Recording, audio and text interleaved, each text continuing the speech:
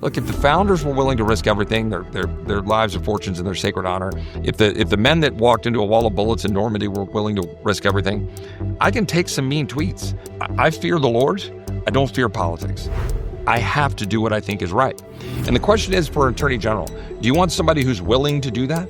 Who's willing to go out on that limb and stand up as an independent conservative voice, trying to work together to deliver the results that people want to deliver? And I would say that's what I've done, and that's what my track record represents. Ready to roll? Yep. All right.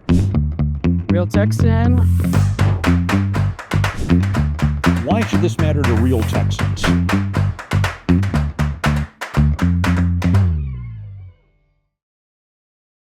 All of the announced candidates seeking the GOP nomination for Attorney General have been invited to participate in a Real Texans interview. Thanks for joining this edition of Real Texans, talking with the men and women of the Lone Star State, trying to make Texas better. And that sometimes includes sitting down with folks who hold public office, like Chip Roy, longtime friends. I have to be careful not to be too snarky in our conversation. Currently a member of Congress, but actively running to be the 52nd Attorney General of Texas. Yes, sir. Thanks for taking a few minutes off the campaign trail to visit. My pleasure. Great to be here. All right, so I want to talk about your bio, want to talk a little bit about kind of some of the stuff you've done. But the first thing I want to wrap my head around. You are one of two people in this 4-person race for whom running for Attorney General means you can't run for the position you currently hold. Sure. What is it about being the Attorney General that says, hey, I've got this fair, you're popular in your district. What is it about being Attorney General that says, I'm going to give up the safe thing of being a member of Congress and instead take the chance of possibly in March finding out you're going to have to find a real job? Well, look, for me, you just said it, like the risk, right? The risk of giving up what, right? A lot of my colleagues hold on to election certificates with a death grip. It's an honor for a period of time, and for everything, there's a season. I'm in my 4th term, 7 years in. I have a 14-year-old and a 16-year-old, 9th grade, 10th grade. If I run one more cycle traveling back and forth to D.C., they're gone. I want to be in Texas. That's a personal reason. I want to be home. And that was reinforced during Kerrville. I represent Kerrville during the floods, being around all the people in Texas, being around DPS, being around law enforcement, being around the great folks at TDEM and all the folks that were working on that. It reinforced my desire to be at home, which I had been contemplating running for this position. But the office of the Attorney General is just near and dear to my heart. I've got family that have been law enforcement over the years. I've served, and we'll get into this in a minute, and as a federal prosecutor in the U.S. Attorney's Office, obviously as the first Assistant Attorney General. My first law job was as a clerk in the Attorney General's office. I just believe that we're in a critical juncture right now for the state of Texas, and that we've got to restore law and order. We've got to restore the security of the border, notwithstanding the fact the president's doing a good job. We've got to build a long-term plan for that. We've got to stop Sharia. There's a lot of things that we've got to do to make Texas as strong as we like to say it is, because Texas isn't where it needs to be. And that's not with any criticism for all of the great friends that I have working in this state, any more than it would be in Congress. But we got a lot we need to do to make Texas strong for our kids and grandkids. All right, let's make up for a second. You were born and raised in Maryland. Went to Be careful. Sort of raised. A lot of ties to Texas. You went to UVA for your undergrad. In my head, I always think, well, Chip Roy, the lawyer, Chip Roy, the attorney, Chip Roy, the prosecutor, those kind of phrases. And I always forget until last night I'm looking at your run. I was, wait, you spent 3 years in investment banking. Yeah, I did. Before middle school. What was it that drew you first into kind of a quirky, area of work, and then what pulled you out of it into law? So, and rewinding just for a second, my family came to Texas in the 1850s. Right. They've been here forever. I was the odd man out when my folks moved up to the D.C. area for what was supposed to be 2 years and turned into 20. Right. I go to high school. I go to the University of Virginia, got my master's there. I lived in a room built by Jefferson in the cradle of the founding of our republic. So it was a great blessing. Good Lord did a lot of good things for me by doing that. But I was, a Cowboys fan in Redskins country, right? Like that was just where I was up there in Virginia. And grew up in Virginia predominantly. And so yes, had the opportunity to go work. I had a technology background. I got a master's in information systems, and I had a degree in finance. And I chose to go to work in investment banking at a time when banks were moving and changing in the 90s. It was a pretty hopping time. So it was a great opportunity to see how free enterprise works and how you fund free enterprise, right? And we've got a great financial system in this country. It's been pretty broken down and flawed over the last 15 or 20 years. A lot of things we need to do about that. But it was an opportunity to see how the world works. For example, I did a $400 million bond deal that funded the USS Ronald Reagan in Newport News Shipbuilding. Worked on other bond deals that were, it helped me understand the inner workings of free enterprise and the flow of funds. But at the end of that, it was going to be go to New York, do the investment banking bit. And I just didn't really want to do that. My family had moved back to Texas finally. Mom and dad were here.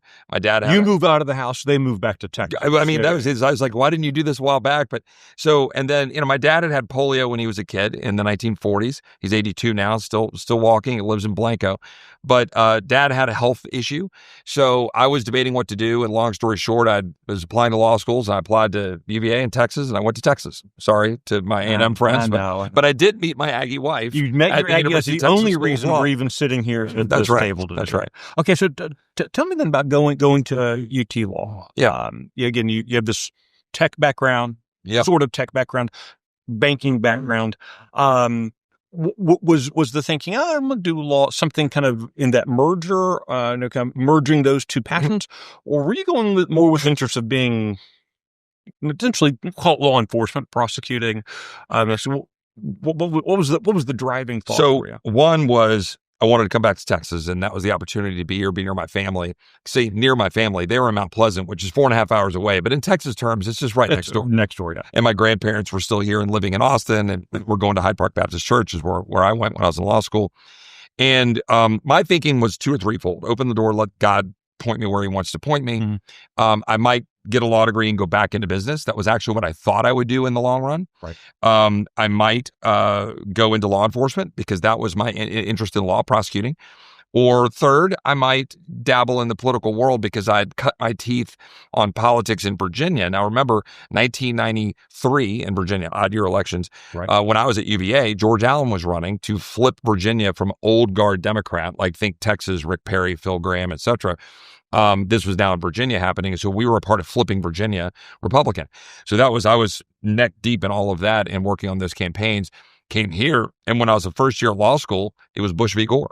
Like I was literally at 301 Congress, where the headquarters was, when the opinion came in from the court. There was like 6 of us there, and we're trying to print it off on the slow internet at the time, and so I kind of, was immersed in that as well. And then the following summer, my first year in law school, I worked and clerked at the Office of the Attorney General. It was my first law job in the Prosecutor's Assistance Division and the Habeas Corpus Division, where we're responsible for making sure criminals don't go free and that we, defend the law. All right. You spent we want to kind of bounce around here, but you spent a number of years working for both John Cornyn and then also for Ted Cruz, setting aside the kind of maybe ideological differences between the two, voting records, all those kind of things. They both approach holding office very differently. Tell me a little bit about the differences, the similarities, what you learned working for two very different individuals. Yeah. And then ultimately I've worked for Governor Perry and Ken Paxton. So I've been able to kind of learn from a number of different folks. In the Senate, there are very clear differences. I'll just tell you this, that after my time, and I worked with some great folks when we were in the Cornyn office. So I was on the subcommittee of the Constitution on that Senate Judiciary Committee. 20 years ago, this either week or next week, we were stopping the Harriet Miers confirmation as staff to make sure that we'd have someone good, and we got Sam Alito. We were immersed in a lot of really important debates in that time with respect to the court. I left Washington sort of fed up with what I had sort of observed of the establishment game. We'd had to fight the immigration amnesty, right? 2007-8, if you might remember the 6-7-8. I mean, bricks are getting mailed in. We didn't have social media. We're trying to get the truth out about the amnesty bill through National Review Online's The Corner, remember? We had few vehicles in order to get the information out about what was actually happening. And I sparred a little bit with Senator Cornyn about some of this stuff. And ultimately, it was time to come home to Texas, and I came back and was a federal prosecutor. Worked for Governor Perry, went back with Ted. The only reason I went back for Ted was because Ted wanted to, as he said at the time, you remember, tear down the drapes and throw out the silverware. Right. And I said to him, when I was interviewing, I said, I have no intention of going back to D.C., but for you, with you, and you want to go change things, let's go do it. And remember then, we had the big shutdown fight on Obamacare in the fall of 2013, where he famously took the floor for almost 20 hours or whatever it was. And his approach was to change things and shake things up. Now, you have to figure out how to work with it and work within the system, 100%. I've had to do that in Congress. But that was the difference, and I gravitated to that worldview. That town, Washington, is broken, and it's going to take serious work to change it. And I think those were some of the early foundations that then resulted in the founding of the Freedom Caucus. We had the Tea Party wave, Ted, founding of the Freedom Caucus. We have President Trump coming in, running on, obviously, Make America Great Again, but also Drain the Swamp. And all of that then built on itself. And now with social media, now we have the real tools to go try to drain the swamp. You said a great phrase a moment ago. Ken, you said you were fed up. That was not purposeful. At the time, at the time, there was a fairly closely guarded secret. It's become less so today. You're the ghostwriter of Rick Perry's book, Fed Up. Yeah. Even at the time, knew you at the time, there was a lot of Chip Roy in there. When you're doing something like that, you're writing a book for a guy looking at running for president. How did you draw the line between what Chip Roy wanted to see out of the federal government and what the guy whose name on the cover was? So the governor, I had very serious and deep conversations about where he wanted to go. And I felt like I had a pretty good connection to him. My dad's a West Texan, grew up not too far from where he grew up in Pink Creek. So I felt sort of a kindred connection to him. And so I felt like I could think kind of like he does, but with the sort of lawyer on the Constitution Subcommittee and former federal prosecutor worldview. Right. And I tried to blend those two per our conversations and talk about things in the 10th Amendment context at the time. This is 2010, right, of saying, guys, we're Texas, we're doing great, right? And we don't want the long arm of the federal government interfering with us. Now, by the way, I think that principle holds throughout history and is very important today, and we need to remember it as we continue to move through what you would call this sort of continued development of where we are philosophically, populism, and kind of the resurgence of the people. I'm on board, but all in the construct of making sure we protect Texas and that Texas isn't being interfered from with Washington. And that was what was dripping throughout that book. Just fed up with a Supreme Court, a Congress, presidency that was telling Texas what to do, interfering with our schools, Plyler v. Doe, illegal immigrants having to be in our school systems, whether it was dealing with all of the issues on marriage, all of the things the court was doing in their rulings. All of those things that I outlined are things that were what led to the title, Fed Up. We were fed up as Texans. And remember at that time, what was it? In 2010, we had the Tea Party wave with Marco Rubio and Rand Paul and Mike Lee. 2012, we had Ted Cruz versus Dewhurst. We then have what? The Freedom Caucus development after the Obamacare shutdown, and you have Jim Jordan and Mark Meadows, and now the Freedom Caucus is born because we were meeting in the basement as Ted's chief, the basement of Tortilla Coast, right off, that doesn't exist anymore. And all of that then kind of set the stage. And then President Trump came down on that escalator. And then the world has been, I think, different in a very good way because we've had leadership of someone unafraid to shake things up over the last decade. The week of your 39th birthday, you were diagnosed with Hodgkin's lymphoma. Yeah. Stage 3. Mm-hmm. That changes somewhat. It does. That changes a lot of things. Tell me how Chip Roy was changed and impacted by working through that. Yeah, thanks for the question. I came to know Jesus when I was 10, 11 years old. Went for the church, got baptized, Baptist church. And my faith has always been strong, but your faith, I think grows, if you're a person of faith, grows when you're faced with that kind of a challenge. And for me, it was not, if I were going to live, it was, what am I going to do to beat this through my faith? But I remember at the time thinking, look, when you're thinking, I just want to be able to walk my daughter down the aisle. I just want to see my kids graduate because my daughter was 4 months old and my son was 2 years old. Mm-hmm. It does affect your worldview. And I would say then going from that point forward, let's just say to the extent that I was pretty, that I was kind of a rabble rouser before then, I just got to the point where I said, look, God's got me on this planet for however long he's got me on it. Lord, use me. And if I can be a voice for what we believe in, I don't care. I'm not holding on to my election certificate. I'm not going to D.C. to, make nice so I can work up the ladder to be a committee chairman and go all to the fancy dinners, go to all the fundraisers. I didn't do those things. I went to Washington. I'd work Monday to Thursday, fly home, and be here with my family. Didn't go to all the things. And, you have to go do those things to be in the in crowd. But instead, I had a worldview that was, look, if the founders were willing to risk everything, their lives, their fortunes, and their sacred honor, if the men that walked into a wall of bullets in Normandy were willing to risk everything, I can take some mean tweets. I can take some some colleagues who are like, well, Chip, we're not going to put you on that committee. It's like, oh, really? Well, I have a vote on the floor. And so we're going to use it. And I think back to my faith, I fear the Lord. I don't fear politics. I don't fear political opponents. And I don't fear what people are going to say about me if I believe I'm doing the right thing. And that independence, but independence with a goal of working to build coalitions, is what I think we need more of in politics. You left Ted Cruz's office, went to work for Ken Paxton as the first assistant. Yep. In other contexts, to be the chief of staff, the number one guy, the right-hand man. Right, yeah. You left his office about a year 15 months later, 16 months later. Fast forward a few years, you were one of the guys stepping out before the impeachment of Paxton saying, he needs to resign. Talk to me about that decision, but you were friends with Ken Paxton. You worked closely with Ken Paxton. Walk me through that a little bit. How you decide to step out in that kind of way. Sure. Look, I've known Ken for a long time. He was a state rep in McKinney when I was living up there as a federal prosecutor. I knew him and Angela and his family. Go out and hit golf balls together. And then when I was working for Ted, we just stayed close. And I worked hard trying to help him win. I wanted someone who I knew to be a conservative. He had challenged the established order in Austin. He had taken on the speaker, somewhat famously. Right. And I was drawn to that. And because, look, I was his first assistant attorney general for a reason. We are ideologically simpatico.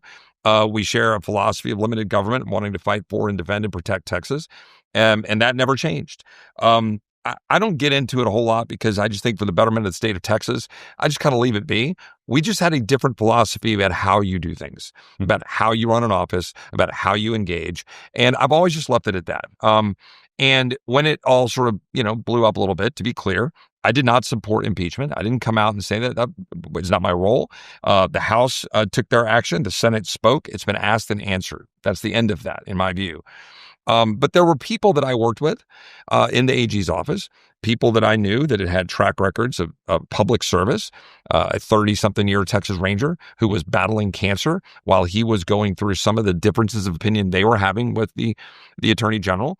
And I felt like when they were being thrown under the bus, I felt like I owed it to them to defend them. I stick with my friends and defend them when I feel like they're being attacked. And, I'd had a difference of opinion on that and moving forward. But look, Ken has done a great job in defending and fighting for Texas and all the reasons that I went to work for him. And we did great things when we were there and setting up the office. Brantley Starr is one of my good friends. He's now a federal judge appointed by Trump. Bernie McNamee I hired. He was appointed by Trump to be a FERC commissioner. Jim Davis is now the president of UT, and I think he's doing some good things at UT to move it in a direction that needs to be moved. So we had a really good team. Scott Keller was a great Solicitor General. I think he's now argued more cases than any other solicitor. And so we were doing a lot of great work. We were fighting on marriage. We were fighting to investigate the absurdity of what was going on with Planned Parenthood and all of that. We were fighting the Clean Power Plan. Working with West Virginia. We were doing DAPA, right? We won that and fighting that up to the court. We had 5 Supreme Court cases in just a few months of starting. And by the way, Greg Abbott had taken all of his talent over to the governor's office. So we had to start an office brand new, started up on day one. And that's one of the things I'm proud of, is building a team, putting it around the Attorney General, setting him for success in defense of Texas. I stand by that. I still consider Ken a friend. We just disagreed on how you do things. And politics has that. I mean, Adams and Jefferson famously sparred. And, in July 4th, 1826, they were both famously back together as friends and respecting each other. So, that's where I hope to go. In you were first elected to Congress in 2018. Yep. Took office in 2019, obviously. Kind of unique position. You had worked as a staffer for two very high-profile senators, chief of staff to a Ted Cruz wasn't the most powerful member of the Senate by any means, but he was maybe notable, maybe the most well-known member of the U.S. Senate. Make TC listen. Tell me though, kind of the mindset you have to take when you walk in from being, kind of the upper echelon staff or upper echelon members to now you're the 435th of 435 members of Congress. How do you reset your thinking? Well, for me, I didn't really. I had friends, I had relationships, and I used them. There was no reason to sit around waiting. Right. So that's why I started right out of the gate. Again, you're respectful of the people who are there and that, are the committee chairman, you have to work with them and all of that. But, I remember going to the floor the summer of 19, and I'd introduced a few bills by then. We'd gone through the shutdown that we'd first started with. We'd had a few other issues that popped up that were important. And I remember I was heading to the airport to fly home to Texas, which I always try to do timely so I could be home with my family. My kids then were like 9 and 8 or whatever. So, but then somebody's going down to the floor to have a unanimous consent to go move a $19 billion flood relief or emergency relief package involving hurricanes or whatever. I was like, guys, we don't do this by unanimous consent. Have a debate on the floor, decide, are we paying for it? How are we paying for it? Now, $19 billion seems like chump change, but to me, it was only $19 billion. It's more of the principle, right? You can't just do that by consent. So I left the airport line, went back to the floor, walked down to the floor, and I objected. And that just kind of nuked the place. And then we started blocking all of those unanimous consent requests. We created a floor action team that we would go down to the floor and block all of the consent requests and tell the speaker, well, it was then for our leader, right? Because we weren't the majority. You're not doing this. We're not going to just move this stuff without having a full-throated debate, which then set the stage ultimately for the somewhat infamous speakers fight, right? Which to me was all about restructuring how we do things to put more conservatives on the Rules Committee, on Appropriations Committee, so we would have more influence at the get-go, because I believe in finding a way to deliver a result. You can't just sit on the floor squawking. I'll do that. I'll do that when it's important, and you got to get the narrative out and inform the people. Use the bully pulpit. Use the mic. You're going to give me floor time? I'll use it. But you got to go find a way to deliver and build coalitions to win. So for me, that was what all of that speaker fight was about. It was giving us the tools to do it. Now, fast forward, we were able to deliver for President Trump. The big, beautiful bill happened because we had people on the Rules Committee, conservatives in positions of influence, that we could get things that we believed were critical, with Medicaid reforms, the Green New Scam subsidies getting cut back, getting actual overall spending restraint, not what you would prefer, not what I would prefer, not what 99% of the people watching this would prefer, but still meaningful change, working with the president who wanted us to get a bill done with the tax policies. And that was a monumental effort. The defense spending, the border spending, $150 billion. Now we're in this shutdown fight. That $150 billion for border is now giving us what we need for ICE and Border Patrol. We knew that a year ago. All of these things build on themselves. And so this is one of the things in this campaign that I want to try to remind people.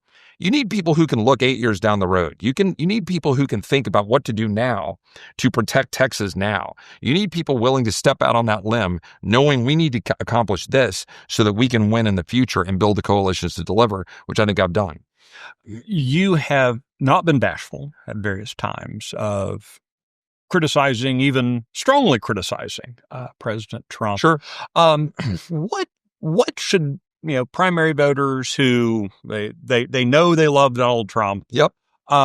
What should they take from a guy who is pretty willing to go out and take some pretty hard swipes at their president? What should they take from that? Well, first of all, sometimes some people make a little more of that than is. Like, look at the total record. Yeah. A study just came out the other day that shows me with a 97%, I'm rounding, I think up, 97% voting record aligned with the president and the president's platform. Mm-hmm. That makes me number 2 in the House, number 5 out of the House and the Senate behind J.D. Vance and a couple of others, and number 1 in Texas. So to take a step back and say, okay, what is Chip doing every day?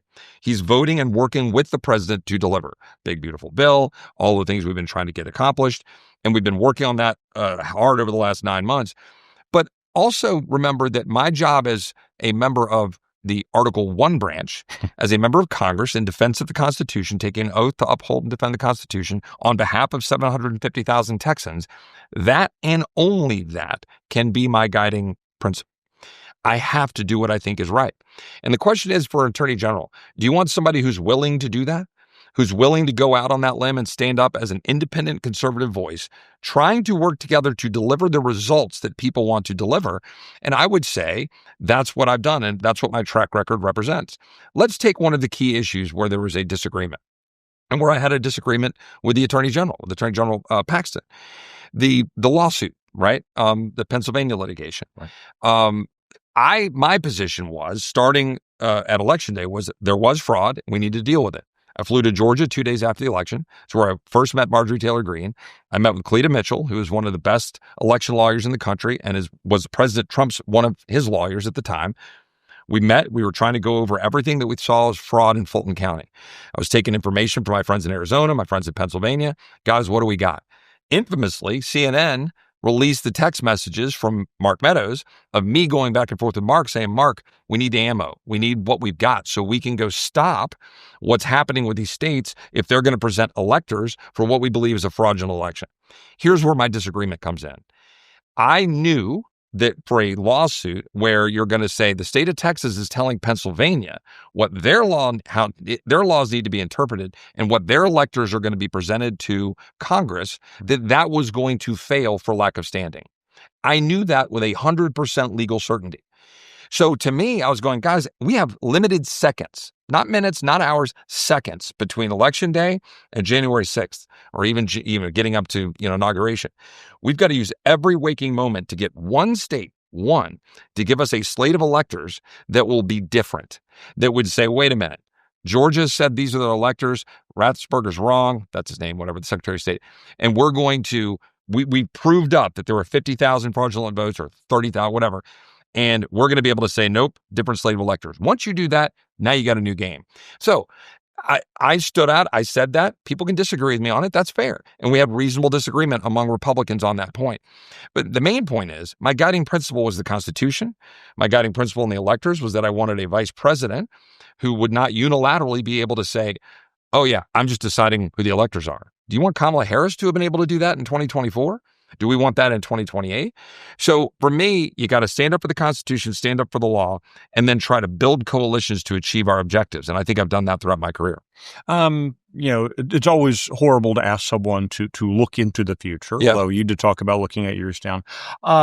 Looking at the challenges facing Texas, you said a moment ago, Ken Paxton has been, I think, arguably one of the most active attorney generals, maybe one of the most effective. Google settlement, a whole bunch of things, fighting on the border, all that. Yeah, absolutely. And I think that if you had said in, let's call it 2010, the Republican Attorney General of Texas is going to be going after Google, going after big pharma, going after big banks. People say, oh, no, Republicans don't do that sort of thing, right? What are the fights that you see that we need to be preparing for the Attorney General to take on that at this moment might have us think, that doesn't sound very Republican, does it? Yeah. No, that's a great question. And I very much applaud Ken for what he's done on a lot of those fronts. Things we talked about a while back, things that he's now done, aggressively, and I applaud it. Things I've been trying to do in Congress, right? Taking on big healthcare. Challenging the big insurance companies who are destroying the affordability of healthcare. The Office of the Attorney General needs to absolutely look into the monopolistic forces of hospitals, pharma, and insurance, and how they're destroying the average American and the average Texan's ability to afford healthcare. We've got to go after tech. The extent to which they are targeting our kids, they're not just like, oh, it's a nice little, they are targeting our children. We know they are targeting our children, and that must stop because these devices, they're like crack, and we're putting them in the hands of our children. And I've equipped on the campaign trail, but I mean it. I would sooner give my kids a carton of cigarettes and a case of beer than give them these daggum devices that are addictive, not just to porn. How about the legal gambling stuff that we just saw in reports over the last week of how much it's killing our young men? Right. All of these things are adding up to an addictive problem, and these big tech companies know it, and they need to be stopped. I love the case with Google and protecting data privacy, which is what Ken went after. Right. We need to go after actually what they're doing on the front end, targeting our children. Sharia law. Sharia law has to be stopped. I'm not just talking about Epic City. That's garnered all the headlines. My wife grew up in East Plano. She went to Plano East High School. Yep. But the East Plano Islamic Center, right? Epic. It's a problem. The legislature has responded to it. Ken has been investigating it properly, and I applaud it. But we got to be aggressive, right? We can't let them end run all of this, hiding behind the First Amendment while they're undermining the rule of law and Western civilization, advancing Sharia law and Islamism with a direct goal of undermining our Judeo-Christian heritage and our Western values. We've got to stop it, and we can't be afraid to say it. And some people are afraid to say those things. I introduced legislation this week to stop allowing people to come into our country and to remove people who are adherent to Sharia law. Some people are like, well, Chip, you can't do that. Yes, we can. We can choose to do that. And so we should do that. The last area I'd talk about is the border. We cannot be beholden to a federal government in the future, allowing a lawless open border, endangering our children with fentanyl, with gang members, with dangerous people tied to cartels. Yet we were doing that. Why would you sit there and say, well, Joe Biden and Mayorkas, I don't know, shrug. Now, did we fight a lot of that? Yeah. Ken filed lots of lawsuits. Agreed. The governor put a whole lot of resources down there, DPS and so forth. But in my view, we need to preemptively now, looking forward, be more aggressive. We need to look at the invasion arguments. I believe that there was an invasion. I believe we should make those arguments. I believe Texas has a right to defend its 1,100-mile border and not just be beholden to whatever Washington does. So those are the kinds of things. And it seems like in some ways, when you've got whoever the next Attorney General of Texas is, you, one of the other folks running, you'll have 2 years with a friendly administration, and it looks like at least two. Hopefully those two, and hopefully more. You're right, but yes, at least guaranteed two. This administration, and it looks like a friendly Congress. Yep. So now this is kind of the time, friendly, however you can minus a few squishes, but yeah. Now could be the time to do some very proactive suing of your friend kind of stuff, setting legal precedent in place for those kind of actions. Yeah, I think that's right. And I think we need to aggressively work. I mean, and this gets, I don't want to divert to Congress, but I still have 15 months in this job, and it's an important one. We were having conversations just yesterday with some important people that I won't name about, like, do we need to review the 60 vote threshold in the Senate, right? This fake filibuster, right? If you want to go to the floor and you want to go hold the line on the floor and filibuster, fine. But this notion that everything's a 60 vote threshold, Democrats are going to kill it. They were 2 votes away from killing it before. So I think states ought to engage with that. We need to clarify these roles and do it now while we have friendlies up there. Texas has a right. Okay, we have the right to defend ourselves and defend our people.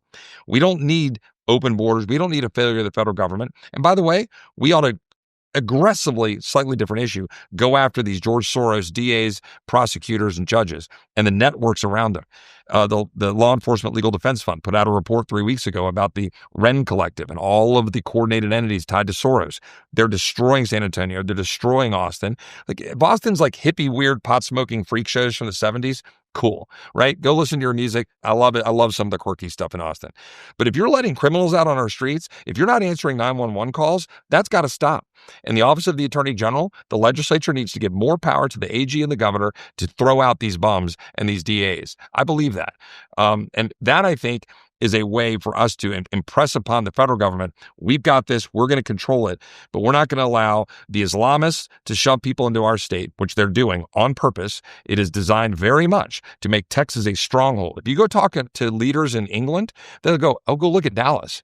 Dallas is one of the hot spots for where we're going to have a move of the advance of Islam. Muslim Brotherhood, they have a stronghold in this state. The Soros DAs, the open borders, 250 organizations that were working, getting money to dump people into the state of Texas. That all has to end, and we need to be much more aggressive with respect to my friends who are in state leadership positions in the legislature. We need to be much more aggressive in fighting those things and then working with the federal government who are friendly and aggressive to do it. Last question for you. You've been in and around public office for a while. Yeah, in and out. What kind of questions, though, should Texas voters be asking you and the other candidates for Attorney General? What are the things, it's a good question. A lot of times these positions are things that are difficult for us to look at. Not really sure what they do. You're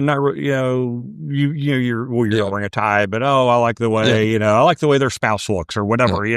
What kind of questions be asking? Definitely not the way the candidate looks. Let's just be clear. That's not right? That question. No, look, I think It's a good question. I think if I were saying what I think we all should be asked, what have you done under your own name? What have you been willing to go out and do and go put the flag down that you've had to answer for? Not on behalf of someone else, not, trying to say, well, I did this for so-and-so and I did this and I was working on this team. That's all nice. But this is the Attorney General of the state of Texas. This is over 30 million people. It's the, 7th or 8th biggest economy in the world. And we've got to stand up with leadership that you can count on and know what they're going to do. You don't always have to agree with it, but you do need to know where they are. I go back to my voting record aligned with the president. To say that I'm number 1 in Texas, number 2 in the entire United States House of Representatives, and number 5 in the House and the Senate in total, that's a pretty big deal.